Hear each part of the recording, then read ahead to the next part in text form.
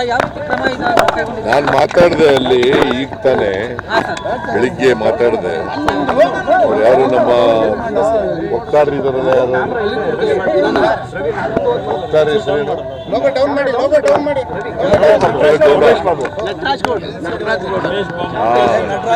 ನಟರಾಜ್ ಗೌಡನ ಜೊತೆ ಮಾತಾಡಿದೆ. ಬಂದಾಗ್ಬಿಟ್ಟಿದೆ ನಾಳೆ ನಾಳಿದ್ರಲ್ಲಿ ಬಂದ್ ತೆಗೆದಾಕಿದ ತಕ್ಷಣನೇ ಅವ್ರು ಸುರಕ್ಷಿತವಾಗಿದ್ದಾರೆ ಎಲ್ಲ, ಮತ್ತೆ ಎಲ್ಲರೂ ಚೆನ್ನಾಗಿ ನೋಡ್ಕೊತಾ ಇದ್ದಾರೆ. ಅದಾದ್ಮೇಲೆ ಅಲ್ಲಿಂದ ಕರ್ತರ್ತಕ್ಕಂಥ ಪ್ರಯತ್ನ. ಕಾಲ್ ತುಳಿತ ಪ್ರಕರಣಕ್ಕೆ ಸಂಬಂಧಪಟ್ಟಂತೆ ಬಿಜೆಪಿ ಇವತ್ತು ಪ್ರತಿಭಟನೆ ಮಾಡ್ತಾವ್ರೆ. ಇದಕ್ಕೆ ನೀವು ಕೇಳಿದ್ರ ಪ್ರತಿಭಟನೆ ಕುಂಭಮೇಳದಲ್ಲಿ ಭೋಜನ ಸತ್ರ ಮೊನ್ನೆ ಸತ್ರ ಅಲ್ಲ, 242 ಜನ. ಅದಕ್ಕೆ ಯಾಕೆ ರಾಜೀನಾಮೆ ಕೊಡ್ಬೇಕು?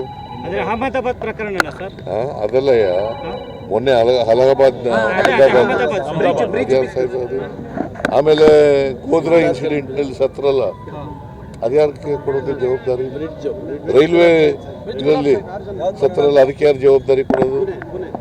ಯಾರಿಗೆ ಜವಾಬ್ದಾರಿ ಕೊಡಬೇಕು?